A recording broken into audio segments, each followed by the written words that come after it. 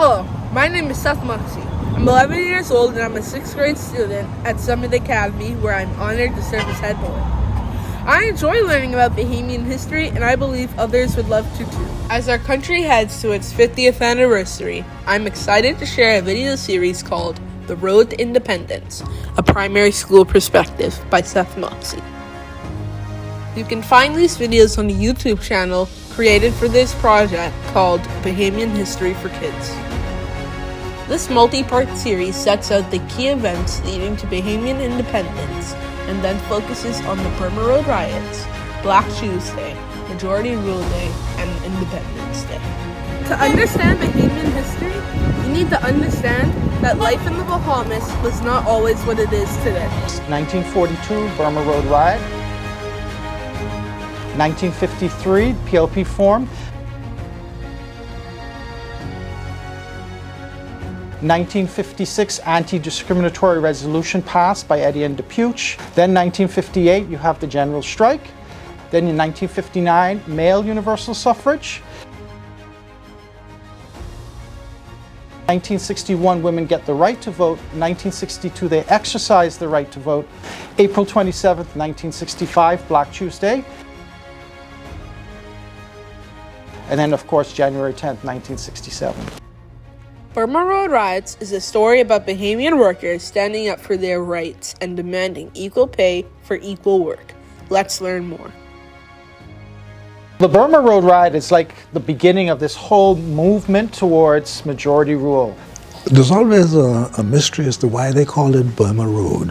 It's in 1942, June 1st, and it was because working class Bahamians, black Bahamians, were getting paid 4 shillings the time we were using British currency, and American workers were getting paid 8 shillings for the same work. The airport was being built, the new airport was being built, and quite a number of American contractors and construction workers were brought in to work alongside Bahamians to build this airport and to build the road to the airport. And the road was called Burma Road. The Bahamians who were working on the airport found out that they were not being paid the same as the Americans. And so they got very upset about that. I forget what it was, 4 shillings a day or something. And they said, well, why can't we get more money? And the Americans were willing to pay them more money. But the problem was that the local government, we used to call them the Bay Street Boys at the time, they told the Americans not to pay these workers more money, because when you leave, we will have a problem with them, because they will expect us to pay the same amount of money, you see. So eventually they took upon themselves and they marched down to Bay Street. The Bahamian construction workers started a march. They started marching towards town from Burma Road, and the numbers kept swelling as they walked along. The numbers kept growing.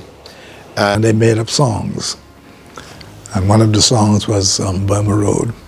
Come on, boys, let's go uptown, let's turn the country door upside down.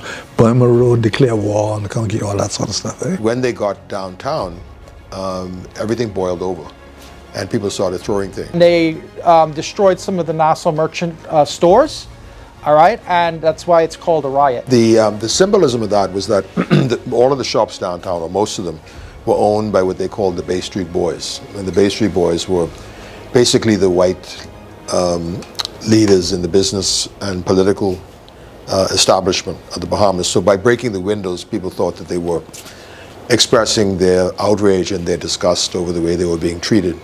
Generally, a riot is thought of as something that has a bit of violence. In fact, some persons died as a result of the riot.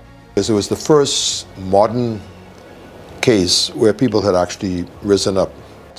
People didn't sit back and just let things happen in the Bahamas, though sometimes we like to believe that people were fighting for their rights, their right to food on their table, their right to fair wages, their right not to be discriminated. It was a watershed moment in Bahamian history, and still so regarded. You would have hoped that the riots result in equal pay. Actually, it didn't. There was a 25% increase, which was 1 extra shilling and a free lunch. And I hope you listen carefully, because there are activity sheets for you to do. Scan here. Thank you for watching.